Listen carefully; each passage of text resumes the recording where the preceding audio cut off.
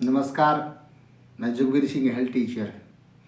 आज आपके लिए लेके आया हूँ हमारे जो दैनिक जीवन में हम जो भी कुछ खाते पीते हैं। अक्सर बच्चे पूरा दिन भर कुछ न कुछ खाते ही रहते हैं। उनका जो भी कुछ उन्होंने दिखाई दिया, जो देखा उसी को खाने को मन कर जाता है उनका। खास तौर पर दुकानों से बनी वस्तुएं उनकी तरफ बहुत जल्दी आकर्षित होते हैं। उसके बजाय यदि घर पे उनको कितना भी अच्छा पौष्टिक आहार दिया जाए, उसकी तरफ नहीं आते हो। इसके लिए माँ बाप ने उन बच्चों के लिए एक विशेष ध्यान रखने की ज़रूरत है, क्योंकि बच्चा मन का कच्चा होता है, इसीलिए तो उसको हम बच्चा कहते हैं। उसको हमने दुकानों में जो खाने के जो वस्तुएं आती हैं उनके अंदर कुछ न कुछ ऐसा बताना पड़ता है कि वो बच्चे उनकी तरफ ना जाएं। और वास्तव में हकीकत भी होती है। मान लिया कोई बर्गर बनता है कहीं पे, रेहड़ी पे या कोई दुकान पे, आप बताइए अपने बच्चों को कि जो बर्गर बनता है वो कैसे बनता है। उनको समझाइए इस विषय पर। उसकी हकीकत मैं आपको बता भी देता हूँ। अक्सर बर्गर डबल रोटी होती है ना, डबल रोटी, उसके द्वारा बनाया जाता है। और वो डबल रोटी कैसे बनती है वो प्रक्रिया भी मैं आपको रिमाइंड करवा रहा हूँ। डबल रोटी मैदे की बनी होती है, मैदा। और मैदे से कोई भी खाद्य पदार्थ यदि हम खाते हैं तो उसका हमारे शरीर में पोषक के रूप में कोई फायदा नहीं होता। 1% भी कोई ऐसा तत्व नहीं होता जो हमारे शरीर को फायदा दे दे। तो जो मैदा होता है उसके द्वारा किस प्रकार से बनाई जाती है, जैसे हम घर में चपाती बनाते हैं, इसी तरह मैदे के चून को, आटे को पानी में भिगो दिया जाता है। और भिगोने के बाद उसकी छोटी छोटे टुकड़ों में लोई, लड्डू है टाइप में लोई बना के उनको 48 घंटे तक अंधेरे में छिड़ाया जाता है, रख दिया जाता है। आप अंदाजा लगा लो, आपके घर में जब 4 या 5 घंटे पहले भिगोया गया चून यानी तैयार किया गया आटा खराब होकर के कैसा बन जाता, उसकी रोटी अच्छी नहीं लगती, उसकी रोटी हम खा भी नहीं पा सकते। तो 48 घंटे के बाद उस मैदे के बने हुए आटे का क्या हाल होगा, उसका हाल मैंने खुद देखा है। जहाँ पे बनते हैं, आप भी कभी सौभाग्य हो तो जाके देख लेना। उगज करके चिपचिपाट होकर के बुदबूदार बन करके और छोटी सी लोई फूल करके इतनी बड़ी हो जाती, इतनी बड़ी जितना बड़ा बर्गर होता है। और उसको क्या किया जाता है, उसके बाद वहां से उसको उठा लिया जाता है। उसके बाद उसको ट्रे में रख करके भट्ठी के अंदर दे दिया जाता है। भट्ठी के अंदर धीमी आंच, केवल आंच में, अग्नि के द्वारा नहीं, आंच के द्वारा उसको सेका जाता है। यानी कि आपको कच्चा मैदा खिलाया जाता है जो आपके पेट के अंदर जमने का काम करता है। और जब आप उसको खाते हैं तो आपकी अंतड़ियों पर, पाचन तंत्र के अंदर जगह जगह जहां पर उसको जगह एडजस्ट होने की मिलती है वहां पर जमा होता चला जाता है। हम जो भी कुछ खाते पीते हैं हमें किसी भी पोषक तत्वों को हमारे शरीर की ऊर्जा के स्रोतों तक नहीं जाने देता। फिर आगे बात आगे बर्गर बनाने वाले पर। जो भी व्यक्ति बर्गर बनाता है वह व्यक्ति जो 3rd ग्रेड का तेल होता है ना, 3rd ग्रेड का, मेरा कहने का अभिप्राय यह है कि जैसे जो वनस्पति तेल होता है जिसको हम दिसोरी घी या डालडा घी के नाम से जानते हैं, उसमें से बचा हुआ जो पदार्थ होता है उसका बनता है रिफाइंड। नाम से ही पता है रिफाइंड यानी कि दोबारा से तैयार किया हुआ तेल। और रिफाइंड में से बचा हुआ, जैसे हमारे घर पर नूनी घी होता है, टिंडे घी बोलते हैं, उसको हम अग्नि पर गर्म करते हैं, उसके बाद उसमें से घी अलग निकल जाता है, फुई अलग निकल जाती है और चेड़ू अलग बच जाता है। तो जो तीसरे ग्रेड का चेड़ू बच जाता है रिफाइंड ऑयल में से, उसको खरीद करके ये रेहड़ी वाले या बर्गर बनाने वाले लेकर आते हैं। उसका अलग ही नाम होता है, राग पता नहीं किस तरह से अलग से नाम होता है, कुछ भी नाम रख देते हैं। और उसको बिल्कुल सस्ते भाव में 10 से 15 लीटर के हिसाब से खरीद के लाते हैं। और उसको खरीद के लाते हैं तो उस तेल के द्वारा बर्गर को पकाया जाता है उसके अंदर। और उसके अंदर भी जब बर्गर बनाने वाले का तेल यदि शाम को बच जाता है तो उसको अगले दिन फिर गर्म करके उसी में फिर दोबारा रिपीट किया जाता है। इस प्रकार से जो खराब तेल होता है उसको लगातार 1-1 महीने तक गर्म करते रहते हैं और उसको आपको पशु की तरफ पेश करते रहते हैं और आप बड़े उत्सुकता से खाते हैं बर्गर। टेस्ट लगा, मुझे स्वाद आता, मज़ा आता। भाई मज़ा आने वाली हर कोई वस्तु खाने की नहीं होती। हम बीमार हो जाते हैं, डॉक्टर हमें कड़वे से कड़वी दवाई देता है और हमारा टारगेट होता है कि मैंने अपनी बीमारी को ठीक करना है, और हम उस कड़वे से कड़वी दवाई को भी खाते हैं। और आप अपने केवल 2 मिनट के जीभ के स्वाद के लिए अपना बेशकीमती पाचन तंत्र को भ्रष्ट कर देते हैं। और जब आप इस खराब, खास तौर पर रिफाइंड ऑयल से बनी कोई भी वस्तु खाते हैं, घर में छौंक लगाते हैं और उसको आप बड़ी खुशी के साथ खाते हैं केवल टेस्ट के लिए, और कोई उद्देश्य नहीं होता। रिफाइंड में कोई भी ऐसा पोषक तत्व नहीं होता जो आपके शरीर को लाभ दे दे, केवल नुकसान ही देता है। और रिफाइंड से बने हुए जो भी खाद्य पदार्थ, पूरी है और कुछ भी है, शादी में कुछ भी बना है आप, तो उनसे केवल और केवल मोटापा बढ़ता है, शुगर के शिकार हो जाते हैं, शरीर के अंदर जोड़ों में दर्द शुरू हो जाता है, आप उठते हैं बैठते हैं आपके घुटने चट चट बोलते हैं, और धीरे धीरे आपके शरीर को ये जो खाद्य पदार्थ होते हैं, दुकानों से बनी वस्तुएं आपके शरीर को धीरे धीरे कमज़ोर कर देती हैं, बल्कि आपकी जो मेमोरी पावर है उसको भी कम कर देती हैं।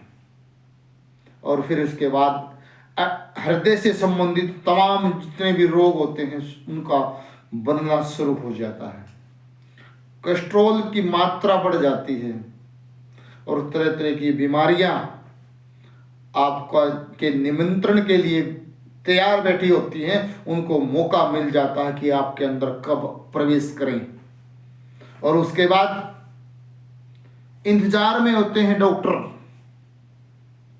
पहले तो गांव वाले जोड़ा छाप डॉक्टर, उसके बाद फिर शहर वाले, और शहर के डॉक्टर तो आपको उनके कारनामे सुन लें तो आप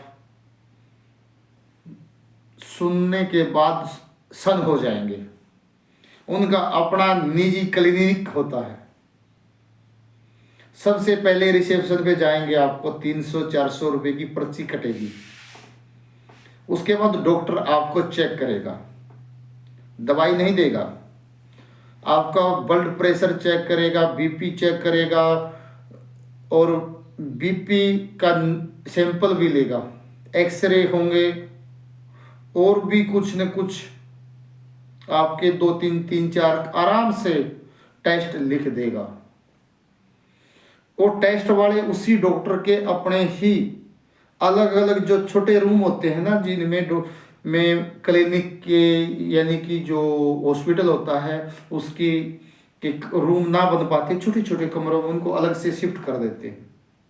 उनको मात्र 3 या 4 हजार रुपये महीने के हिसाब से तनख्वाह पे होते हैं, डॉक्टर के ही अपने नुमाइंदे होते हैं। वो आपको एक टेस्ट के 1000 रुपये, 900, 700, 1400, 5000 ऐसे रुपये आपसे लेते हैं। और आप 1% भी ये नहीं पूछते कि आप इतने पैसे क्यों ले रहे हैं। ये तो लैब की फीस है बस। आपके सामने केवल फीस देने के अलावा दूसरा कोई शब्द ही नहीं होता, आपने मजबूरी में देनी होती। फिर एक्सरे के बोल देते हैं और कुछ बोल देते हैं, और उसके बाद डॉक्टर के पास जाते हैं रिपोर्ट दिखाने भी आपको क्या तकलीफ है। और डॉक्टर आपको 2-3 बीमारी बताएगा, सिंपल एक बीमारी नहीं बताएगा, और उसके ऑप्शनल रोग बताएगा कि आपको ये भी रोग हो सकता है और ये भी है आपके तो, और आप इसको जल्दी इलाज कराना और 3 दिन में दोबारा फिर दिखा के जाना। और फिर कहता कि जाओ सामने से दवाई ले लो। उन्हीं का मेडिकल स्टोर होता है, 1000, 2000, 4000 मौके की बात होती, इतनी महंगी दवाई GST प्लस करके आपके पॉलिथीन में डाल करके पन्नी में आपके हाथ में थमा दी जाती है, और आप उसको लेकर के आते हैं और आप अपनी फिर जेब में हाथ डालते हैं तो आपकी जेब में बहुत कम पैसे बचे होते हैं सौभाग्य से। और आप घर से जो सोच के चले थे कि आते हुए ये लेके आना है, तो आप वो भी नहीं खरीद पाते क्योंकि आपकी जेब खाली हो चुकी होती है। इतना बड़ा स्केल होता है इन लोगों का। पहले दुकानदारों ने लूटा, रेहड़ी वालों ने लूटा, फिर आपका स्वास्थ्य खराब हुआ, फिर डॉक्टर ने लूटा, उसके बाद आपकी हेल्थ कमज़ोर हो गई। और एक बार जिस व्यक्ति की हेल्थ कमज़ोर हो जाती है उसकी भरपाई 5-6 महीने तक उसकी भरपाई ही नहीं होती। तो क्यों नहीं आप एक जीव के टेस्ट के लिए अपने आप को संयम में रखें, अपने आप को नियंत्रण में रखें, भयंकर भयंकर बीमारियों से अपने आप को बचाएं। तो आप से मैं यही गुजारिश और उम्मीद करता हूँ कि आप खुद भी बचें, बच्चों को भी बचाएं। अक्सर बच्चों को घर पे बनी हुई वस्तुएं खिलाएं। मैं तो यदि बच्चे भी हमारी इस वीडियो को देखते हैं तो उनसे यही निवेदन करता हूँ कि आप अपने मम्मी का बनाया गया खाना खाएं, क्योंकि आपकी मम्मी कभी आपको ऐसा खाना नहीं देगी जो आपकी सेहत के लिए नुकसान कर दे। बल्कि आप मम्मी का पवित्र खाना ना खा करके आप क्या करते, टॉफ़ी खाते, कैंडी लेते, चॉकलेट वगैरह लेते हैं। आखिर ये जो कैंडी होती है बनती कहाँ पर है? फैक्ट्रियों के अंदर। अब गर्मी का मौसम आ गया, आइसक्रीम वाले आएंगे, घंटी बजाएंगे, तरह तरह के हॉर्न भी बजाएंगे, पाँव पाँव पाँव पाँव, और आपको आकर्षित करने के लिए, आपको कि जेब को खाली करने के लिए तरह तरह के कंडे भी अपनाते हैं। तो कैंडी बनती कहाँ पे? फैक्ट्री के अंदर बनती है, और फैक्ट्री का मालिक सस्ते मजदूर का मतलब जो मजदूर को कोई किसी काम पर नहीं लेकर जाता, बाद चौराहे में 10-11 बजे जो बैठे रह जाते हैं उनको पकड़ के लाता है, आओ भाई तेरे को सिर्फ मैं 100 रुपये दे दूंगा, आ जाओ, आना है तो आओ। अक्सर उनको भी अपना पेट की मजबूरी होती है, अक्सर फैक्ट्री में पहुंच जाते हैं, वहाँ पर वो कैंडी पैक करते हैं, बनाने का काम करते हैं। उनको पता नहीं 10 दिन नहाए बगैर भी हो जाते हैं, और उनके 2-2, 3-3 बच्चे भी साथ में जाते हैं।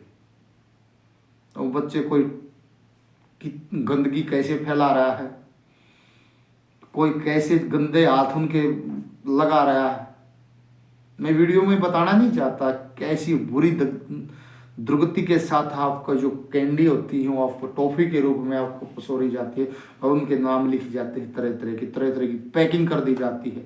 कई बार तो देखा होता है जो लेबर वाले होते हैं उनके बच्चे उन्हीं टॉफ़ियों को खाते रहते हैं, कभी उनको वो मालिक ना देख ले जल्दी लपेट करके पॉलिथीन में वापस जल्दी पैक कर देते हैं और आपके सामने पेश हो जाती है। तो आप बचिए उनसे, अपने बच्चों को बचाइए। तरह की उनके जो भी रोग होता है, चर्म रोग वगैरह, वो आपके तक आराम से पहुंच जाते हैं। रही बात आप पानी के पतासे रेहड़ी पर लेते हैं। अक्सर वे लोग पानी के पतासियों का कारोबार करते हैं जो बिल्कुल मध्यवर्गीय से भी नीचे के होते हैं। मानता हूं मजबूरी है उनका काम करना, लेकिन आपके लिए मजबूरी नहीं है कि आप वो चीज खाएं। आपको यदि किसी की मदद करनी है तो आप वैसे कर दो उनकी मदद। पानी के पतासे वाला 15-15, 20-20 दिन तक स्नान नहीं करता और आपको मैले कचेले हाथों के साथ आपको वही खाना आपको खिला देता है।